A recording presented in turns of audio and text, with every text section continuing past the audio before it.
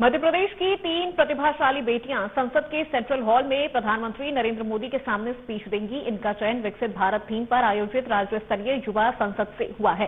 संसद भवन के सेंट्रल हॉल में प्रधानमंत्री नरेंद्र मोदी के समक्ष यति सिंह अपना भाषण देंगी। अभी हाल ही में यति सिंह ने आयोजित कार्यक्रम राज्य स्तरीय युवा संसद प्रतियोगिता में द्वितीय स्थान जीता है। बता दें कि प्रतियोगिता में प्रदेश भर के 200 युवा शामिल हुए थे। कार्यक्रम के अंतिम दिन भारतीय संविधान के 75 वर्ष अधिकार, कर्तव्य और प्रगति की यात्रा विषय पर अपनी बात रखने के लिए 3-3 मिनट मिले थे।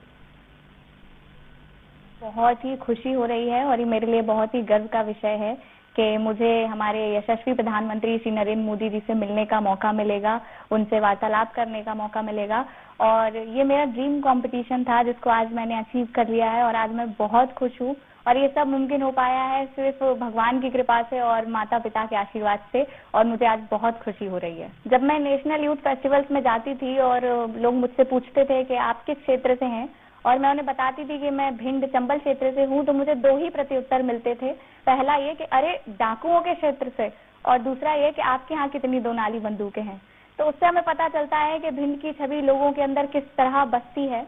लेकिन आज जो है भिंड की छवि बदल रही है, क्योंकि आज जो क्षेत्र डकैती के लिए जाना जाता था अब प्रगति के लिए जाना जा रहा है। भिंड क्षेत्र भी बहुत प्रोग्रेस कर रहा है।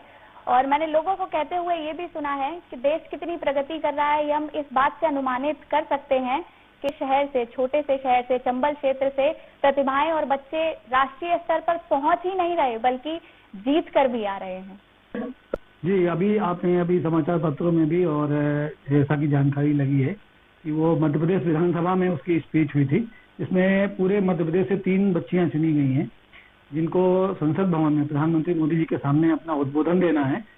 और जहाँ तक इस बच्ची का सवाल है, ये बच्ची बहुमुखी प्रतिभा की धनी है और अंग्रेजी भाषा की छात्रा रही है। अंग्रेजी में ही ज्यादातर वो स्पीच देती थी पहले, लेकिन अब इन 2 वर्षों में उसने अंग्रेजी और हिंदी में समान रूप से अपनी स्पीच देनी शुरू की है। क्योंकि वो हमारे महाविद्यालय की नियमित छात्रा रही है और मैं इंग्लिश विषय का प्राध्यापक भी रहा हूँ, और गुरु होने के नाते मुझे बड़ा फक्र महसूस होता है, गौरवान्वित महसूस करता हूँ, क्योंकि वो छात्रा मेरे निर्देशन में, मेरे मार्गदर्शन में आगे बढ़ी है।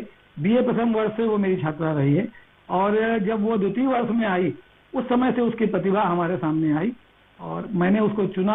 और जिला स्तरीय प्रतियोगिताओं में जब उसने प्रथम स्थान पाया, इसके बाद वो जीवाजी विश्वविद्यालय के गालब सभागार में